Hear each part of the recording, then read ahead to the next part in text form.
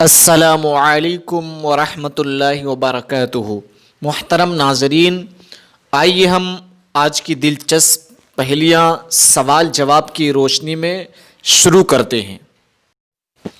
سوال نمبر 1، حضرت ابراہیم علیہ السلام کو جس آگ میں ڈالا گیا تھا اور اس کے لیے کتنے دنوں تک لکڑیاں جمع کی گئی تھیں اور کتنے دنوں تک دہکایا گیا تھا؟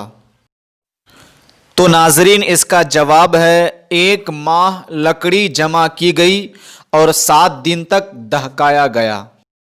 سوال نمبر 2، حضرت ابراہیم علیہ السلام کو آگ میں ڈالتے وقت کون سا لباس پہنایا گیا اور کس نے پہنایا؟ تو اس کا جواب ہے ریشمی قمیص تھی جسے حضرت جبریل علیہ السلام نے پہنائی تھی اور یہ جنت سے لائی گئی تھی۔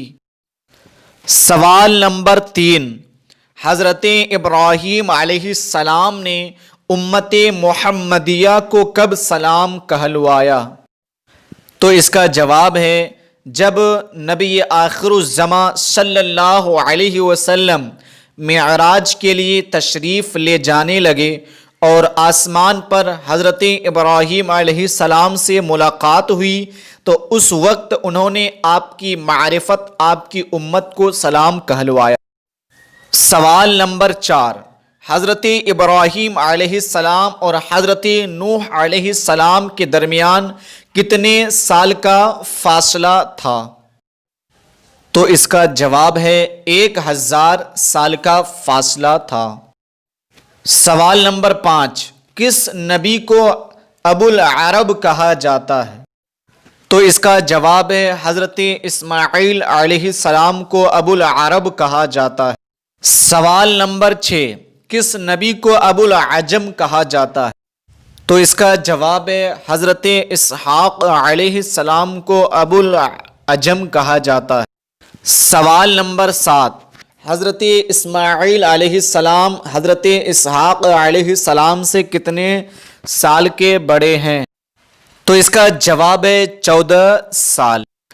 سوال نمبر 8، حضرت ابراہیم علیہ السلام غار میں کتنے دن رہے؟ تو اس کا جواب ہے 15 دن، جس میں دن مہینہ کے برابر اور مہینہ سال کے برابر تھا۔ سوال نمبر 9، حضرت ابراہیم علیہ السلام کس عمر میں آگ میں ڈالے گئے؟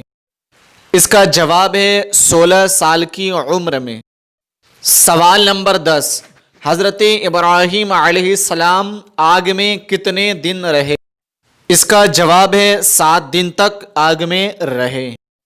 سوال نمبر 11، حضرت یعقوب علیہ السلام حضرت یوسف علیہ السلام کے فراق میں کتنے دن روتے رہے، یعنی کہ جدائی میں کتنے دن روتے رہے؟ اس کا جواب ہے تقریباً 80 سال تک۔ سوال نمبر 12، حضرت یعقوب علیہ السلام مصر میں کتنے دن تک رہے؟ تو اس کا جواب ہے 24 سال تک۔